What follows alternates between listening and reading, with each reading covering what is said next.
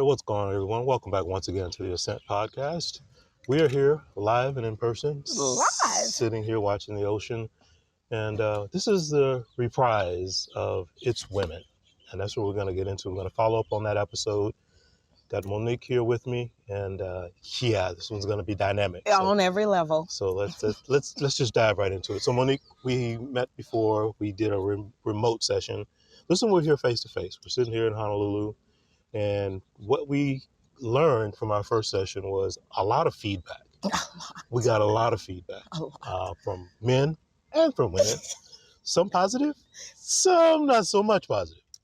So my main thing with that is we decided we needed to continue this thing for a while. So this is quote unquote the reprise or episode 2. And there may even be more than that depending on the feedback that we get.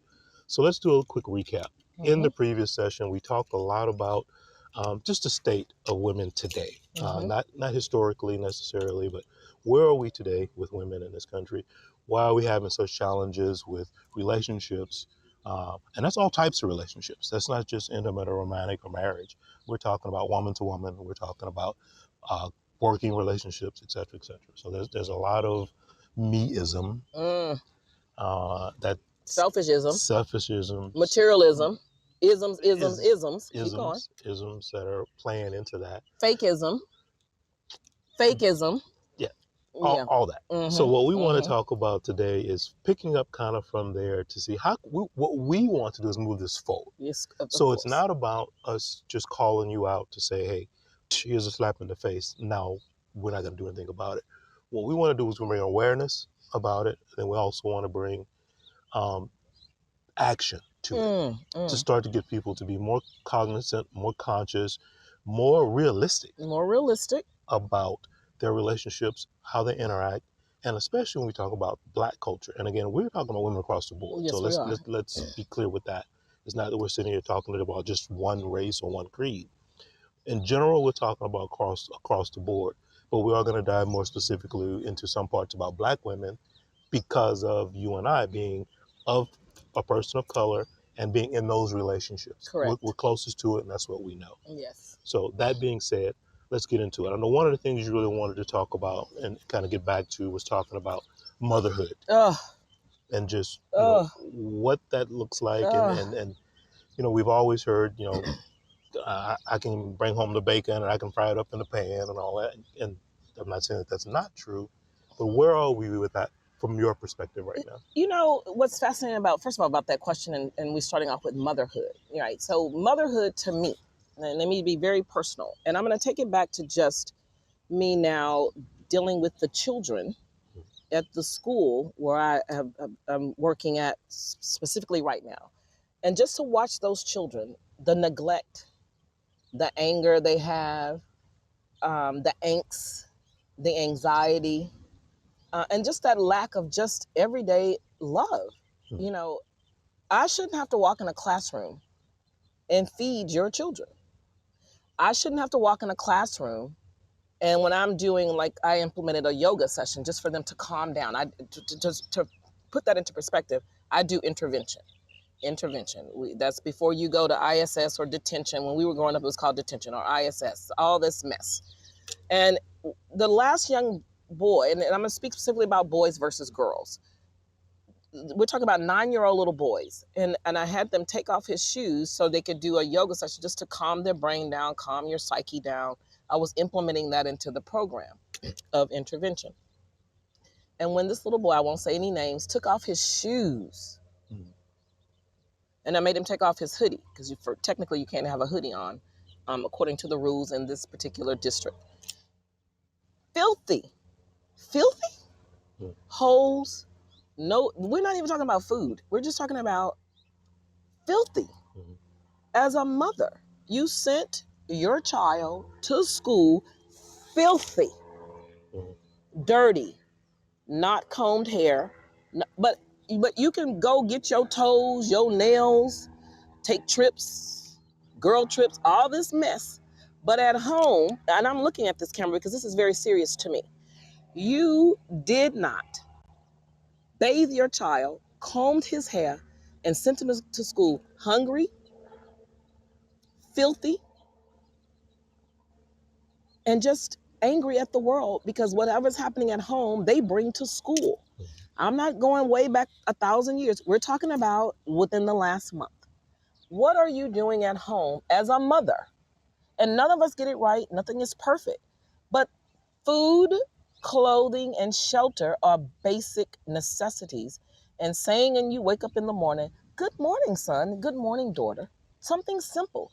They love that. They need that. Beyond basic discipline, I'm really speaking to everybody now. I'm very serious about this. This is like the most passionate I'm going to ever be, and as calm as I can be. Ladies, I understand you want to get your bag. I understand you want your Gucci, your diamonds. But basic necessity is if you have that child, love it, not judge it, not criticize it. Just say, good morning, son. Good morning, daughter. How was your day today? Forget our men. Our children are at stake. Our children are at stake. I'm going to say it 3 more times. Our children are at stake. Whether you are a teenage mom, you are a middle-aged mom, a grandma, a mama, please take a second and think about what are you doing to ensure that your child, your children, your grandchildren are being cared for more than your diamonds, your clothes, your bags, your trips, your cruises, your hair, your nails. I'm tired. Teachers are tired. Everybody's tired. Men are tired. The fathers of these kids are tired. You always blame the men, but what are you doing to facilitate the well being of the child you, let me be crystal clear, you chose to have?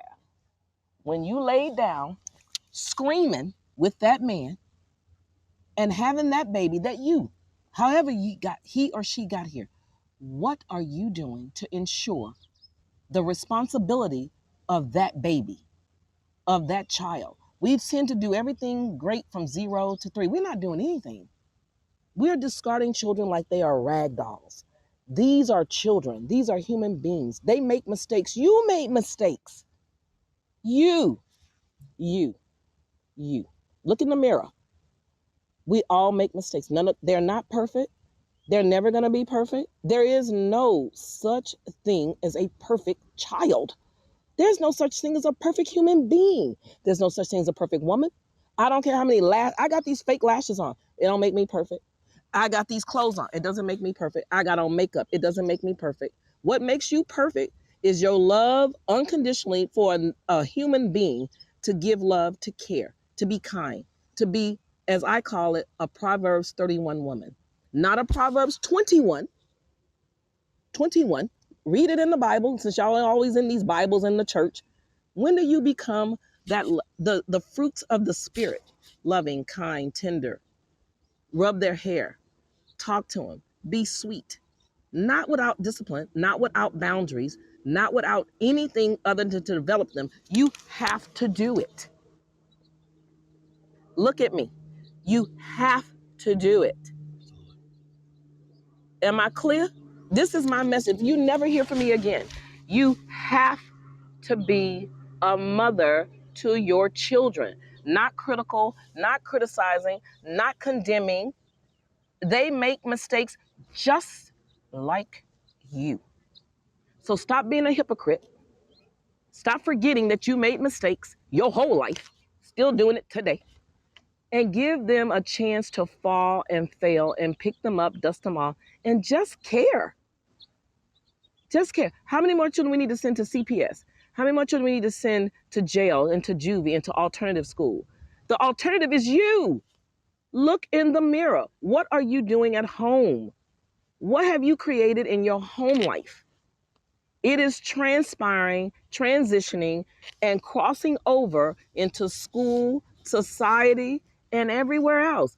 Take accountability, take responsibility, and look in the mirror, figure it out, get some mental health care, get some parental care, stop being embarrassed, forgive yourself for whatever shenanigans you did. It doesn't matter. What matter is, are you physically, emotionally, spiritually and financially able to bring up a baby, a human being into today's society.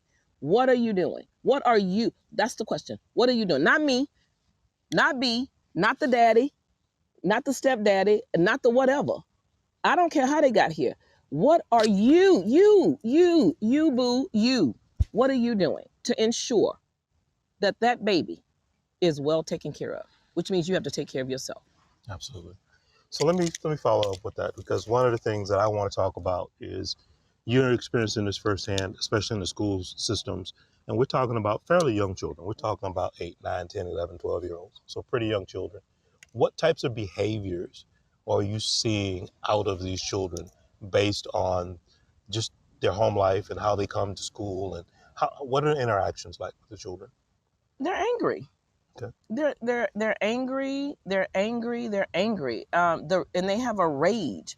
There is a scripture in the Bible that says, "Don't provoke your children to anger or rage." Mm-hmm. They're raging, and the teachers are dealing with that. It's like going into like a war zone. Mm. So why would I want to go to work every day? First of all, I'm not getting paid any money to even deal with this mess. This is like hazard pay. Right. And so those children are there, and they're so angry. They're angry. They're mad. They But what I love about them, let me go to the positive side about it. What I still love about those children between the ages first grade, second grade, third grade, fourth grade, elementary, let's just say elementary, is that they're still so loving and they're still so kind. So why would a kid come to school and throw a desk or cuss me out? They're angry. They're angry at things that we don't know. We're not there with them every day. You are. Mhm. And so what I would say to anyone, a parent, a guardian, those who are adopting children, just love. Love literally is the key. Just love does not mean things. It doesn't mean things. It doesn't mean, please hear me. It doesn't mean things. That's nothing wrong with giving them things.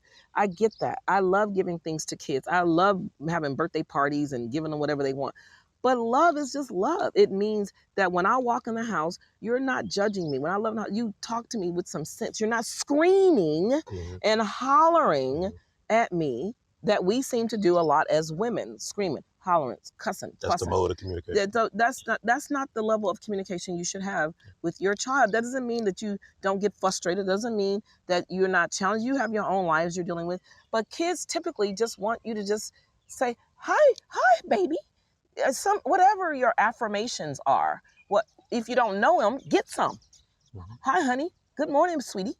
How was your day? Simple stuff. Nothing. This is not a major thing here. Simple. Agreed. That's it. It's just show love truly conquers all. Love truly conquers and heals all. I'm gonna do it in sign language. ALL. All. Love. Love. This heart. Show your heart. Stop being so tough. Stop. Be vulnerable. That's our gift. To be vulnerable. To be empathetic. To be kind. To be caring. To be nurturing. To cook. Jesus Christ. To cook. Cook them a meal. Make them a lunch. Not a Lunchable. A lunch. They like it. Takis, whatever. I don't care. Whatever they like. Oreos, especially Luke and Mason. Oreo, chocolate, whatever. Put it in that lunch kit. Put a love heart on the lunch kit when you bring them to school. Show up to teacher parent conferences. Do something. To do nothing, you cannot continue to do nothing. Excellent. Jesus. So I want to transition to a different topic that you that you want to bring up today. Let's just talk about trust. Oof. And trust more specifically talking about with women, and whether it's quote unquote daddy issues or father issues or those types of things.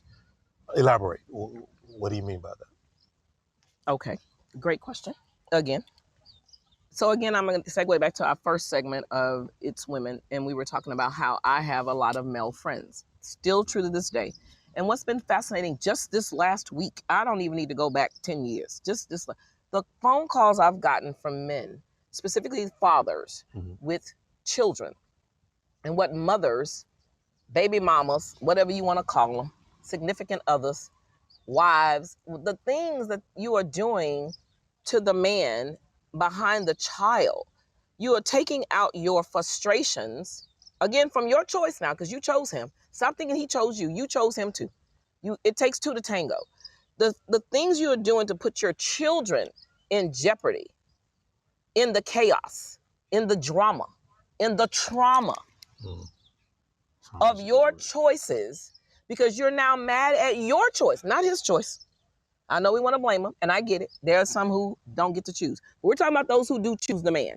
That you were comfortable enough to lay down. I'm about to get really real here. Scream and holler. Ah! You called him Big Daddy then, and then you're mad at him because the child looks like him, acts like him, resembles him, and now you're mad at him and that child. You're taking it out, your frustrations, on that baby, the teen, especially when they become teenagers, because you tend to get more personality traits when you get mature. And you're still holding on to baggage, your baggage. Let me be crystal clear.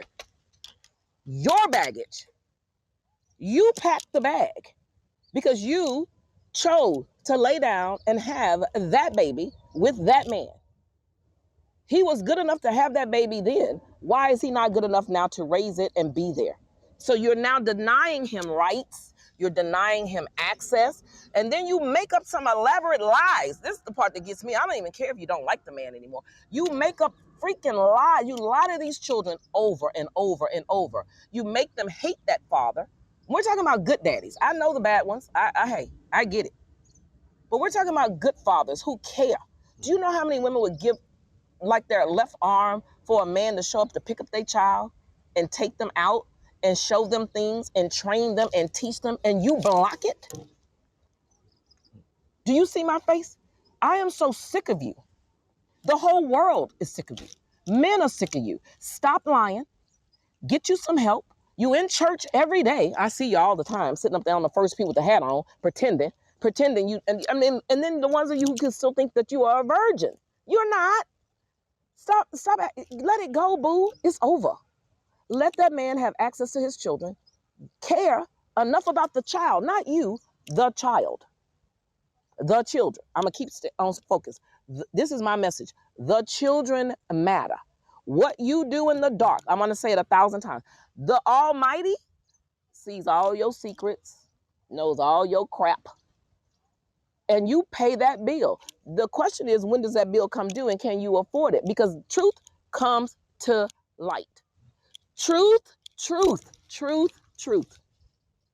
comes to light. And when those kids find out the truth, that's why you're losing. And they can't stand you and they hate you because you've lied to them so long, because you've lied to yourself. So stop lying to yourself. Face the truth. We all make mistakes. We're all on trial and error. We all do it. Forgive yourself. Let go, because the children are suffering behind your lies and your secrets and your manipulation and your envy and your hate and your everything. So this is a message to women. Stop. Just stop. My daughter used to say that, Mama, just stop. Yeah. Just stop. And I was like, I can stop. You can stop. Just stop. Yep. Stop. As Brian said in the first part, get some clarity for yourself. Get crystal clear about who you want to be, what you want to do, who you want to have in your life. And then this is a message now to men. Who you have children with is important. Let your ego go. Who you have, is she mentally sound? Is she capable? Does she even know who she is? Stop just going willy-nilly as you trying to sow your royal oats, as they say in what is it, Coming to America? Because America, we are losing the battle with our children. Not just other battles, our children, our future. Children are your future. That's your legacy. What are we doing to ensure the future of our children?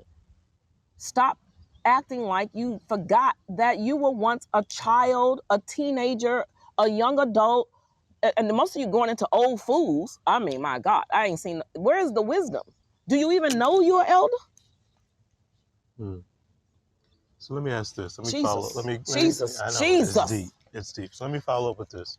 One thing we talked about was how somehow we've gotten to this place where everything has to be win-lose. And that's what I don't understand, because when we Make that our mindset. Mm-hmm. And that's what we're focused to. For me to win, someone else has to lose. When that plays out in our relationships, when that plays out with our children, our, as you just talked about, legacy, our culture, our long-term growth in the community, all that suffers because all we're doing is beating each other down. We're just beating each other up. Because I need There's to no win. love. But my No win, respect. my win only comes at your loss. What's driving that?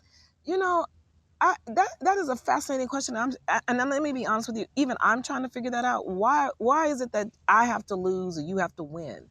Is that a fragile ego in women now today? Is it all ego? Is it all ego? Is it bad? Is it bad mentorship of women? Because you hear your mama and your grandma, and that's their pain bodies. I think that's Eckhart that said that pain bodies is where that came from. That's their pain bodies. That's their decisions that they made, and they transfer. The transfer should not be my pain bodies, my angst, my hurts, my pains to my daughter or my son.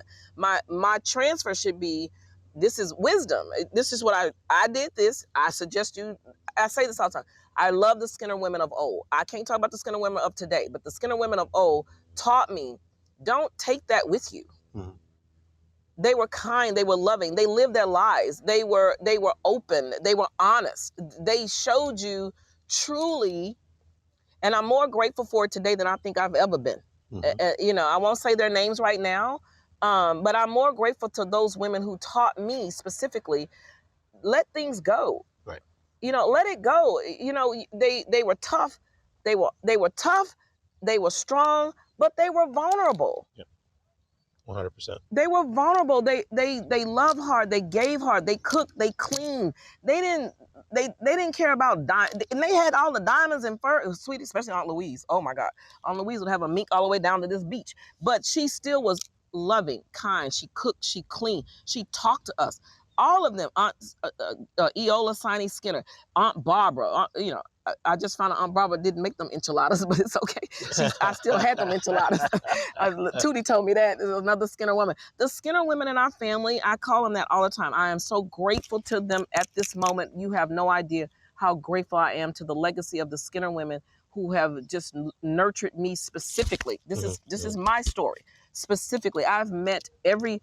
See, Aunt Dan, Aunt Niecy was blind. Yeah. My Aunt Niecy was blind. We talking about 1918. Aunt Dan, they till land. I used to stick my hand in a chicken coop to get eggs. They'd be like, girl, you better go out there and get them eggs. You ain't gonna eat.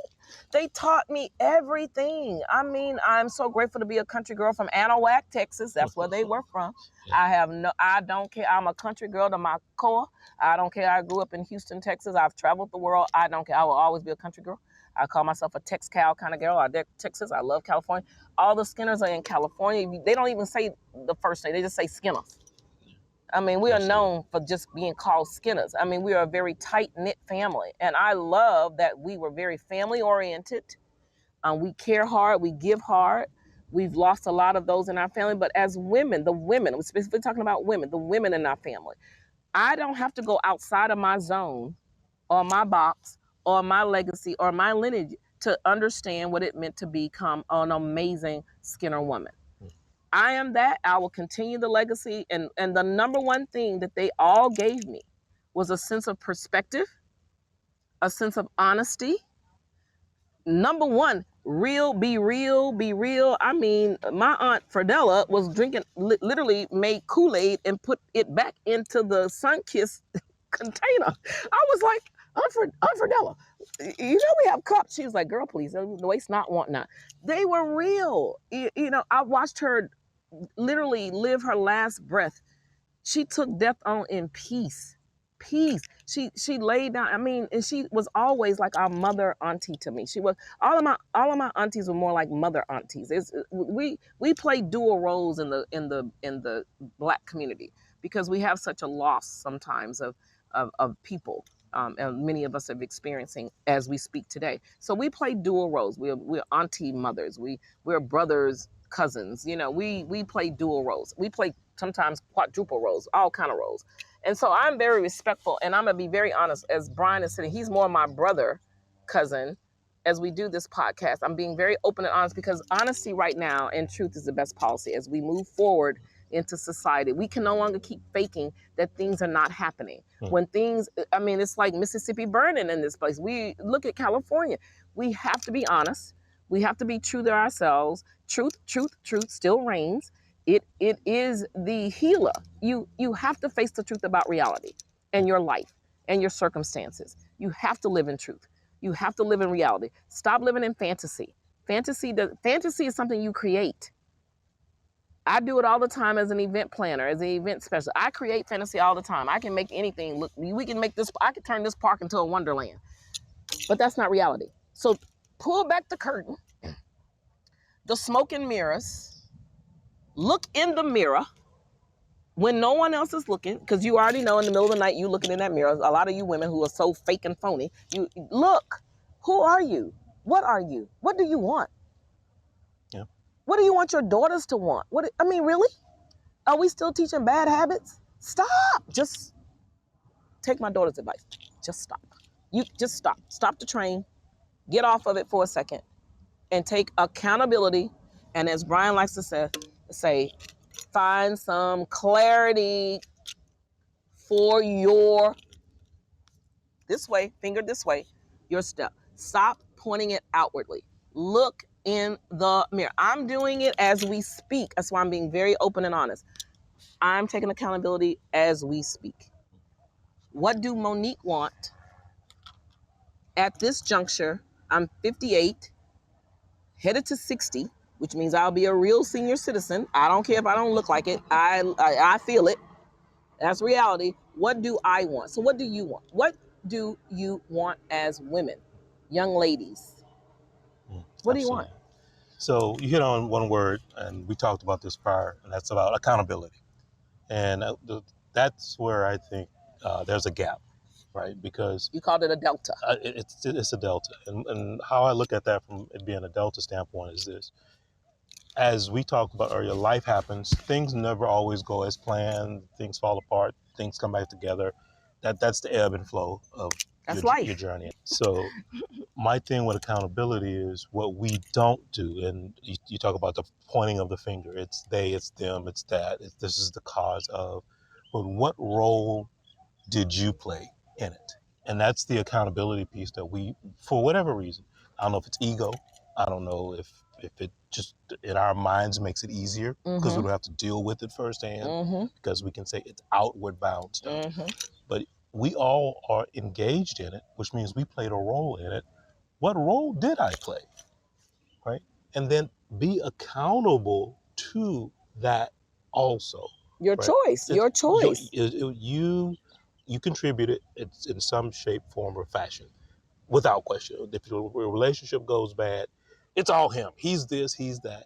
Well, yeah, I'm not saying that maybe some parts that he didn't do or didn't do right or Well, whatever. what did you do? Well, what What did you do, boo? or not do? Huh. Right? Because that's the other part that's really interesting. There's a word that I really been focused on here lately, and it's without. What does Is that the mean? word. So without. So what a lot of the times when we think about how we do life and what we want to have in life, we're always adding, right? Because that's how we want to accumulate. We want to do. We want to have more. But sometimes you need to stop and think, what's going to be best for me if I can do without that, right? Because sacrifice, self-sacrifice. what it does is it gives you focus and it gives you clarity, which is what we talked about. Because when it's like a shotgun blast. If you got 1,000 holes in the wall, which one is the right hole for you? You have no idea. So what can I do without? How can I help myself be more focused, get more clear, and know where my destiny, my journey, my destination I want to get to is, right? But when I'm running 5 different directions, it's chaos. It's chaos. It's chaos. And what does chaos breed? Confusion. More chaos. And everything else that happens with that. So if there's anything I would challenge people to say is, what is it that you have that you are driving to, or either might be driving you, which is the other piece of it, that you can actually do without? and let that be something that you really start to think about, because I think that really matters. Moving forward from that, one of the other things that we talked about, we've hit on about the win, lose, and all of that, and how that's affecting us. Let's talk about our financial basis. And more specifically, and this is where I'm going to really talk about, excuse me, the black culture, the black community in our society. I remember growing up in Houston, we had black banks, like black owned, Unity black Bank, all those banks, yeah. operated banks.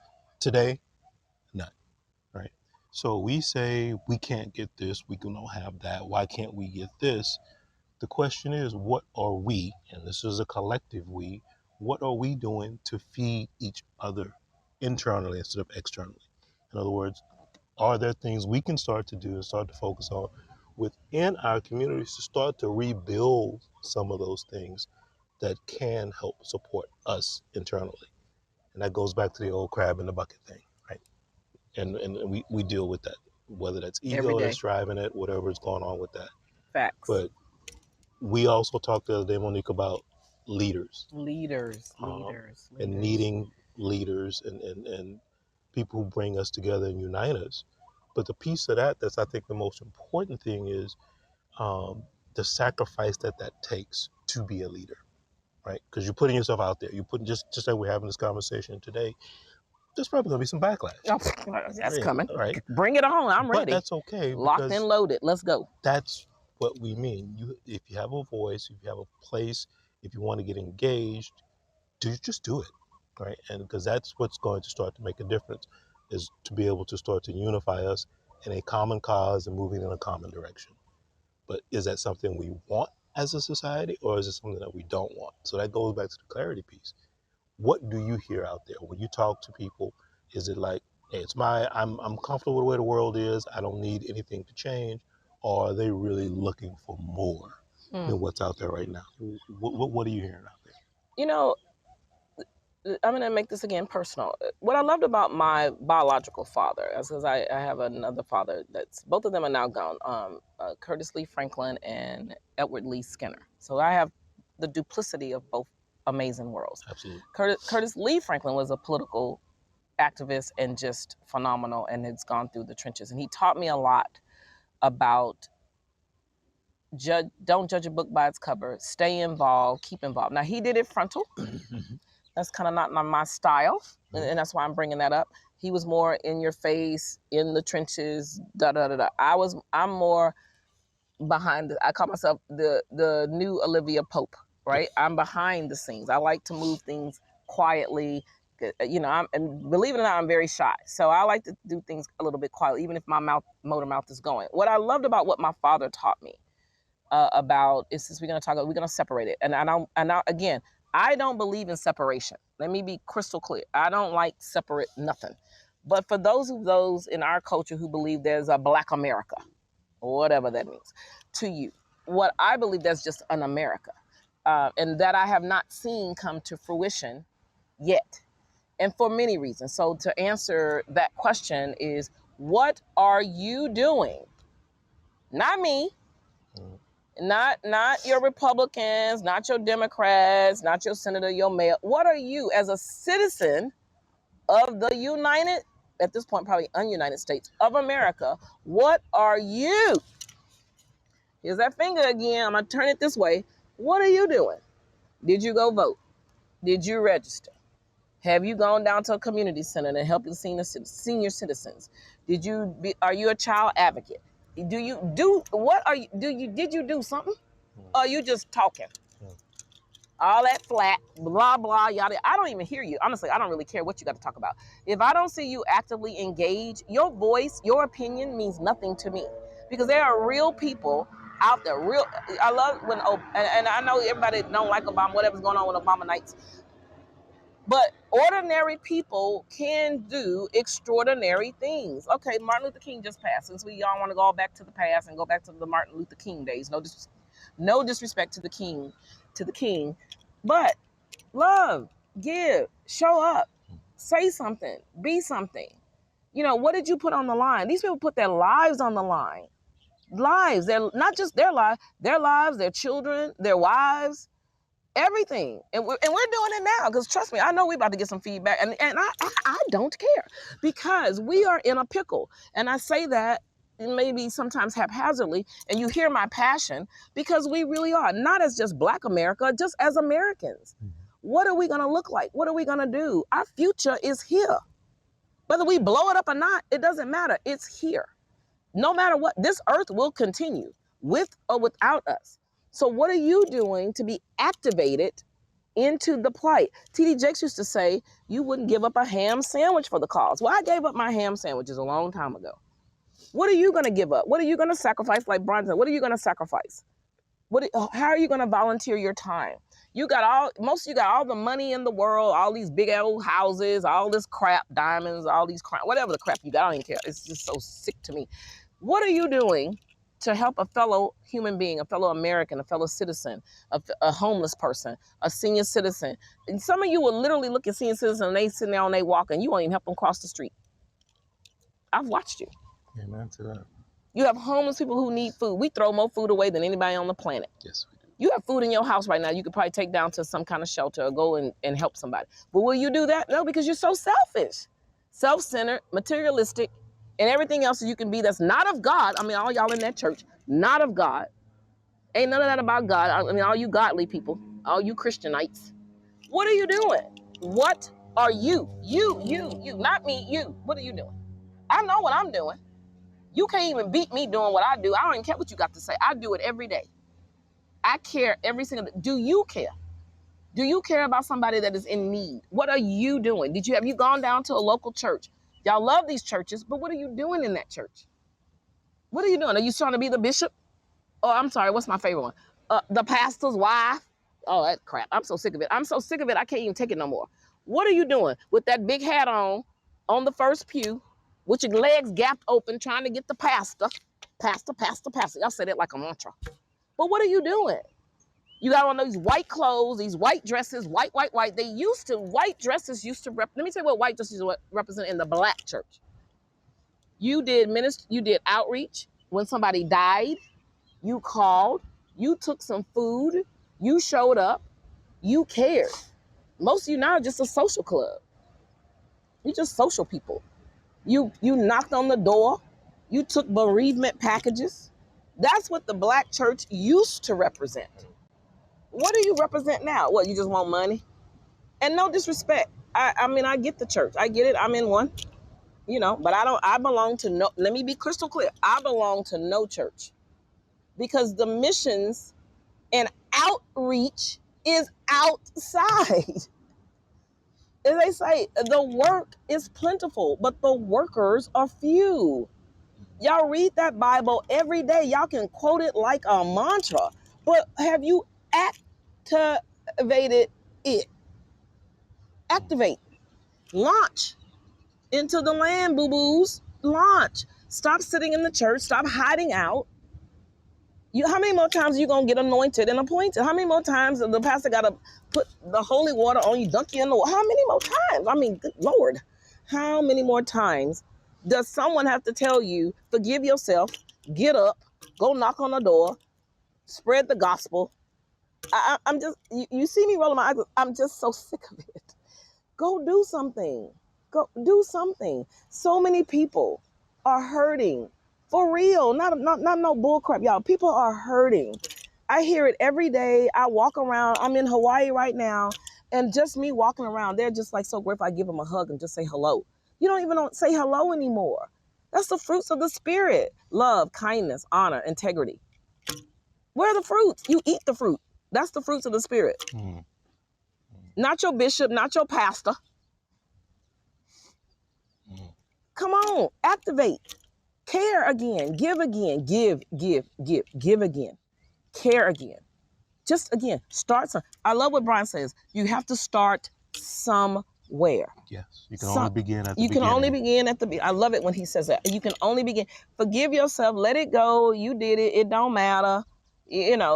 Stop trying to walk yourself into heaven, whatever that means to you. I don't even care anymore. Heaven is on earth. Create it.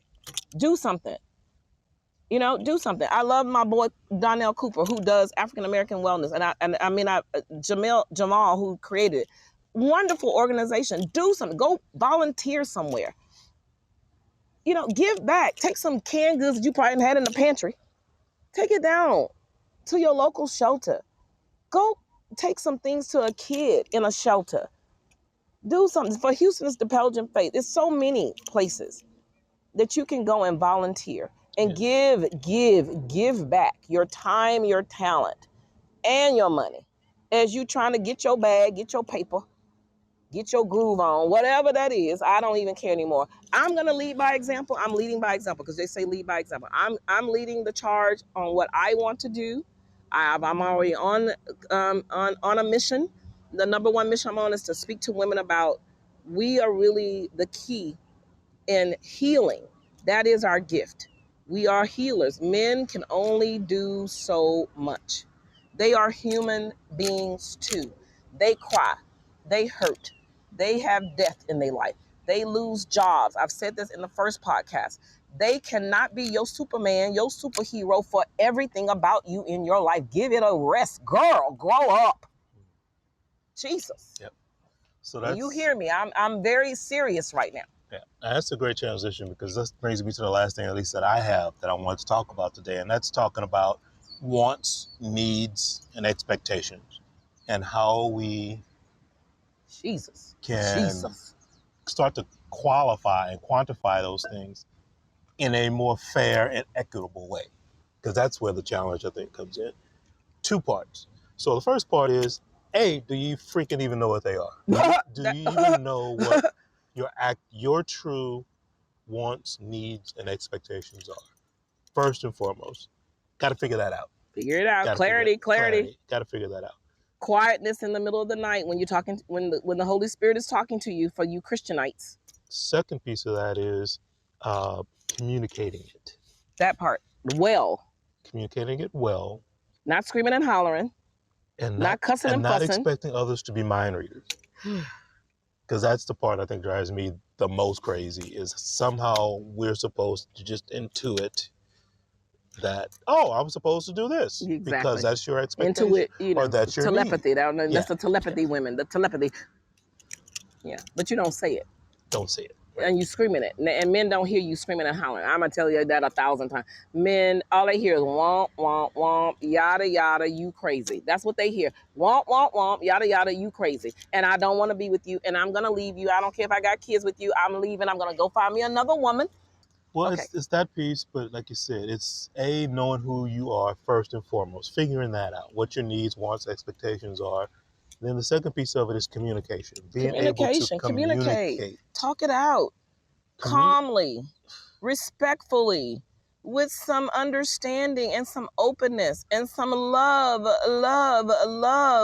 in your heart. Yes. And understanding that you also had skin in the game. You have skin in you not just have skin in the game, you probably created the game. Yes. So, come on now, let's just talk, let's just be real, talk it out. Exactly. You probably, most of you are stalking men. I know, I get calls every day. I mean, you got men leaving women over 27 years. I've gotten more men just this week. I'm sick of them. I'm like, I don't have a men's club. I can't get another person. I'm about to get a psychology degree just to talk to the men. Jesus Christ, what are we doing, women? What are we doing, little girls? You're little girls in women bodies, but you're acting like little girls. Grow up. Men have feelings too. Yeah. You want them to be your superhero, but you won't even let them. I mean, they can't, that tightrope is broken. They can't walk it. Yeah. They can't walk it no more. So they're leaving you in droves. I'm about to get really real, especially Black women in America. Girl, let it go. Whatever your mama told you, your grandma, whatever their crap was, that's their crap. Most of them are old and alone. Look at them. They're old, alone, and miserable in misery. Boo. Let that right there. Love's coming. It's just a bunch of loud noise. They don't know what they want at 80, 90, 70, 60. Who are you? They don't even know who they are. Why are you listening to them? I wouldn't. Excellent point. The whole point there is you got to Jesus. figure it out. Figure it out for yourself. Absolutely. And then being able to And don't take your children through your mess of hell. And if you do, forgive yourself for the we make. I've done it. Again, I'm a teenage mom. I didn't know shit from Shanola. I'm sorry, I'm going to cuss. That's what my great grandmother used to say. You don't know shit Shanola and you probably can't spell it. Well, she was right. Now I can spell it and know the difference. You go figure it out. Thank you, Eola Sani Skinner. I bless you. You were just significant. Yeah, 100%. 100%. So, final thought. What is the last thing you want to leave our audience with today? Children, stop taking your children through the muddy waters of your hell. Stop dragging the future through your lies, your manipulation, your criticizing, your criticalness, your judgment, and your bull crap. Stop. Just stop. Latoya should just do a book called Just Stop. Just stop the madness. Get out of your head. Get into your heart. Find your love, your compassion, your empathy. Proverbs 31, not Proverbs 21. It is better for a man or a woman or a child to be on the rooftop